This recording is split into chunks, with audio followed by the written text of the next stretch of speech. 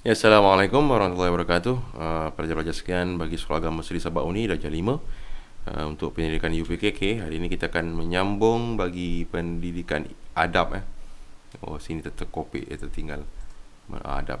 Okey, adab ini adalah adab pelajaran Darjah 4 yang untuk Darjah 4. Hari ini nak tengok pada tajuk adab berjiran, kemudian adab hikmah beradab akibat lalai beradab. Kemudian adab menziarahi jenazah dan kubur, itu saja, sampailah akibat tidak beradab apabila menziarahi kubur. Baik, pelajar-pelajar, kita lihat dalam muka surat yang ke-90. Saya rasa tak ada buku. Saya akan bacakan dan kita fahamkanlah sama-sama. Jadi adab bergaul dengan jiran, pengertian jiran ni iaitu orang yang tinggal bersebelahan atau berhampiran dengan rumah kita. Okey, dalam hadis pun tersebut 40 buah rumah. 1, 2, 3, 4, 5 sampai 40 tu, dia punya jarak rumah tu, itu adalah jiran kita yang dekat. Kemudian 40 lagi tu adalah jiran yang jauh. Tu kita kena berbaik lah, sebab orang yang pertama sekali kita akan minta tolong adalah jiran. Rumah terbakar ke apa benda ke, kita minta tolong dengan jiran. Kita tak minta tolong dengan adik-beradik. Okey, ada apa majlis ke apa benda ke, kita orang yang pertama adalah kita minta tolong dengan jiran. Jadi adab berjiran ni yang pertama sekali, manis muka, beri salam, Assalamualaikum, apa khabar, baik, muka manis lah, mendahulukan ucapan sepan salam. Kemudian ziarahlah jiran jika dia sakit, jangan cari kecacatan atau keburukannya. Kita buat cari tajassus dalam bahasa Arab, apa benda kau buat ni bukan ni, jangan. Kemudian kita tutuplah keaiban jiran. Kita jangan ceritakan benda-benda yang buruk jiran kita ada. Nanti kerana apa? Itu namanya mengumpat. Jiran kalau mengumpat, kita pun tak suka kita. Kemudian menjaga rumahnya semasa tiadanya. Orang yang pertama kita minta tolong, kalau kita keluar rumah, tolong tengokkan rumah saya ya. Okey, macam gitu. Ini jiran sebelah tak kenal, susahlah. Kemudian jangan mengganggu ketenteraman jiran. Kemudian memelihara pandangan daripada memandang rumah jiran. Maksud di sini iaitu kita tengok dalam dia ada apa, mengendap. Oh, ada TV ya, TV 40 inci. Okey, radio, radio speaker 40 inci. Jangan macam itu. Baik. Kemudian adab dia lagi iaitu kita berdoakan keselamatan dan kejayaan jiran. Kemudian kita memberi pertolongan jika jiran dalam kesusahan. Ini adalah adab-adab hidup berjiran, iaitu banyak ni di sini. Okey, manis muka sehinggalah memberikan pertolongan. Baik, seterusnya. Jangan dibuat terhadap jiran kita. Okey, ini adalah perkara yang dilarang kepada jiran. Kita sombong, kita menunjuk tidak hormat jiran dan keluarganya. Kita rosakkan harta bendanya. Okey. Walaupun kita tak suka dengan dia, kita janganlah buat muka masam gitu. Kita hendaklah tunjukkan kita suka kat dia juga. Membuat bising tanpa menghiraukan, pasang radio kuat-kuat, jangan.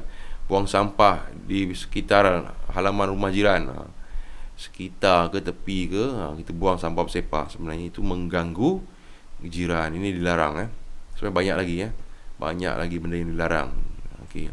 Hikmahnya kita beradab dengan jiran, iaitu hidup kita tenang dan aman, lahirkan suasana ceria, ialah berjiran baik, kemudian menghubungkan silaturahim, kemudian dapat menjalinkan persaudaraan, disukai oleh masyarakat, mudah untuk meminta pertolongan. Ini hikmah ataupun keistimewaan kita bila berbaik dengan orang lain.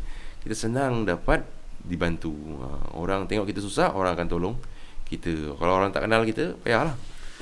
Okay, apakah akibatnya apabila kita melalaikan, kita mengabaikan hak jiran?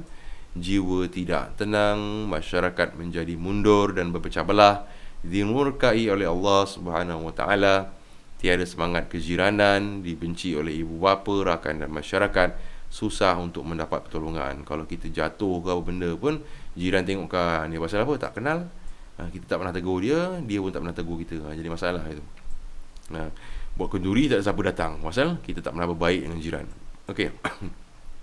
Pelajaran kelima, adab menziarahi jenazah dan kubur. Apa makna jenazah ni? Orang Islam yang meninggal dunia, sama ada lelaki ataupun perempuan.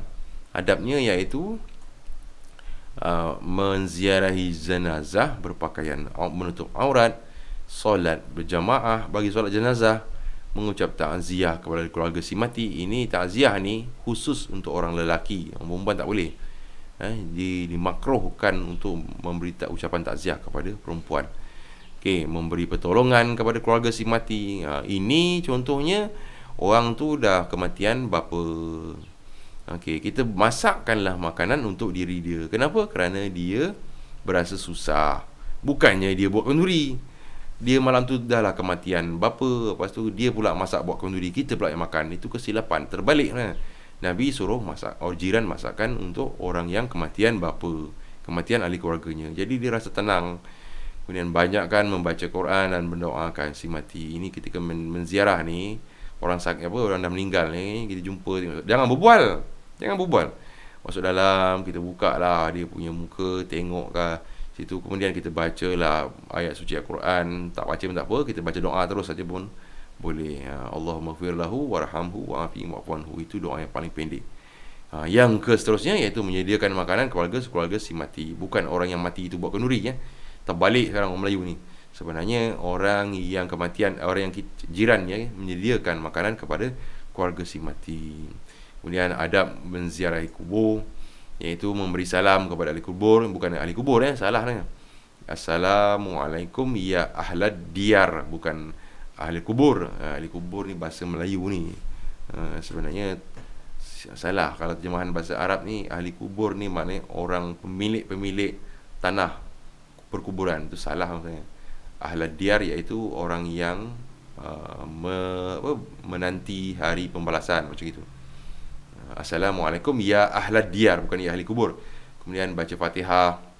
Dah baca Fatihah, baca surah, tahlil ni la ilaha illallah bacalah apa-apa yang patut, iaitu tasbih ke, hamdalah ke, tasbih ke. Kemudian memakai pakaian untuk aurat, tidak melangkah kubur, jangan langkah-langkah, jangan duduk atas kubur, hukumnya haram. Dilarang sekali duduk di atas kubur, tak boleh, hukumnya haram. Kita berdiri di kawasan perkuburan itu. Kerana tanah perkuburan itu di bawahnya kita tak pasti ada kepala orang atau benda ke, sebab kubur tu kadang-kadang tidak bertanda. Ya, jangan melangkah, jangan berbual. Fokus kita adalah kubur saja. Jaga kebersihan tanah perkuburan, tidak berlari-lari di kawasan perkuburan, bekerja-kerja pula, itu tidak boleh. Okay, jangan duduk, jangan berlari, jangan berbual.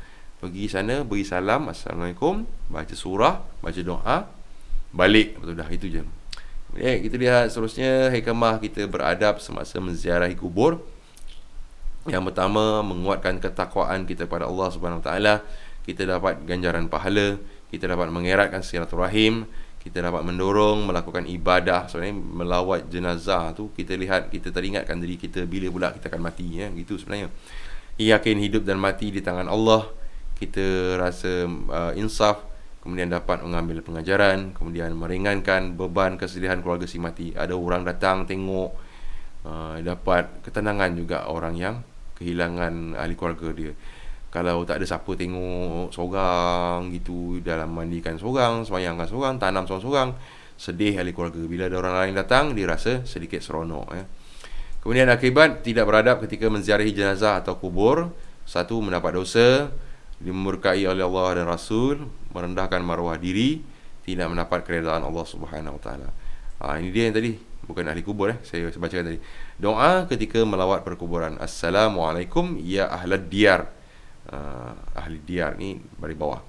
Selamat sejahtera untukmu wahai ahli kubur. Ni salah ni ahli kubur sebenarnya. Selamat sejahtera wahai penunggu hari pembalasan, sebenarnya gitu.